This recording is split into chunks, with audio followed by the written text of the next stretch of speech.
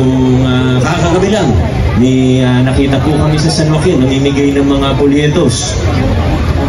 Laman ng polyetos, puro paninira lang. Walang plataforma, walang magandang tungkol sa kahit sinong kanila, puro paninira lang nakalagay sa polyetos. Ang tanong, sino ba gumagawa nun? Sinong gagastos ng ganun kalaki? Nakikita niyo naman yung mga makinarya, nakikita niyo naman kung ano yung pinagagastusan. Sa totoo, billboard na lang. Alam mo kung magkano ang billboard sa C5 sa Ortigas?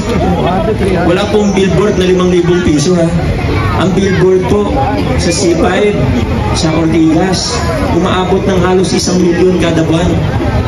Magtanong po kayo sa iba kung hindi ko po kayo naniwala sa akin, ganun po kamahal magpa ka ng espasyo para sa billboard. Ang tanong, bakit? Ano bang meron dyan? Bakit ka gagastos ng milyon-milyon, kundi bilyon-bilyon para sa posisyon? Ano ba yung meron sa posisyon na gagastos ka ng ganyan kalaki?